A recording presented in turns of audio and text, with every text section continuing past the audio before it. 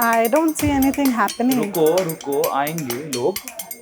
I mean, why isn't anybody running behind him? Why isn't the world going crazy?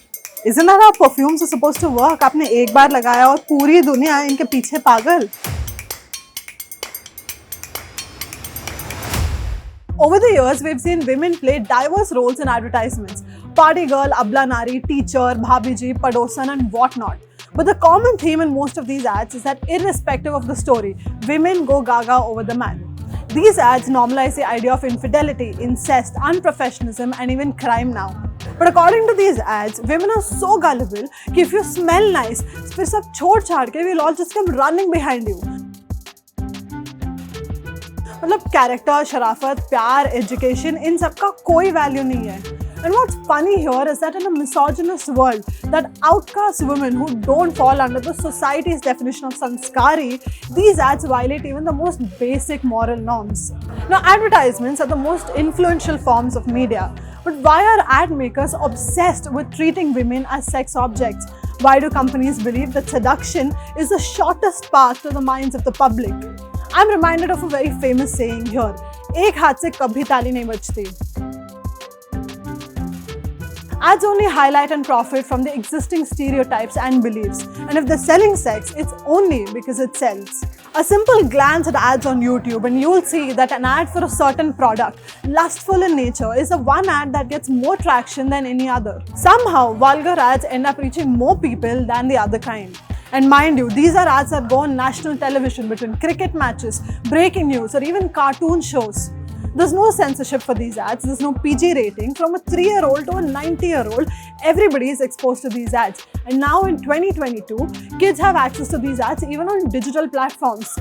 And the thing is, most people are intrigued by these ads, so they end up watching them even if it's just out of plain curiosity. And evidence for this, and you can check it out yourself, is when you watch these ads on YouTube, you'll notice that the most replayed part of the video, as you can see down here, is the one that is the most outrageous or attention grabbing, or where the preview looks more misleading than in any other parts. And if you look at the comment section on these videos, you'll understand why seduction is a very common selling point.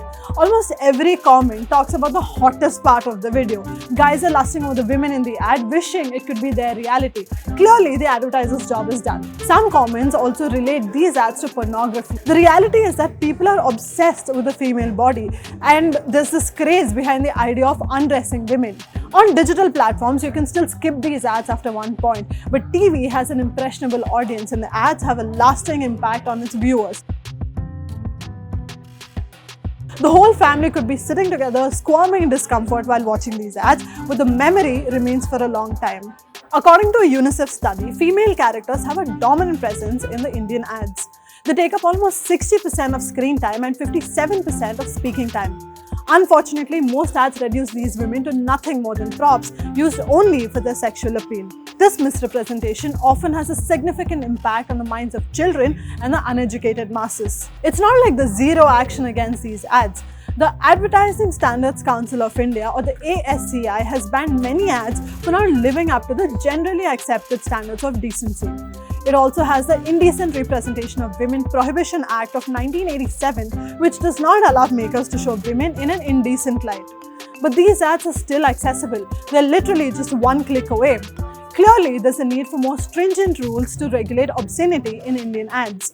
At least that is what we understood after the most recent perfume ad, which glorified the idea of sexual assault and gang rape according to many on social media.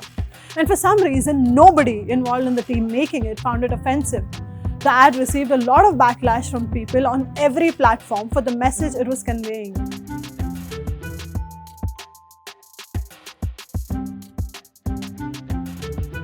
The sad truth is that almost everywhere, a woman's sexuality is used as a selling point. Be it clothing brands, beverages, powders, chewing gum, or even innerwear brands, all these products have made at least a few ads that have women being sexually attracted to the man. And if these ads are not exploiting sexuality, then they become brand ambassadors of sexism. David Ogilvy once said, "Advertising is a form of information and not art or entertainment."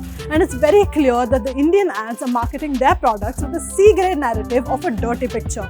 Let us understand that the role of women is not to please men, and this idea has to be eliminated from ads as well.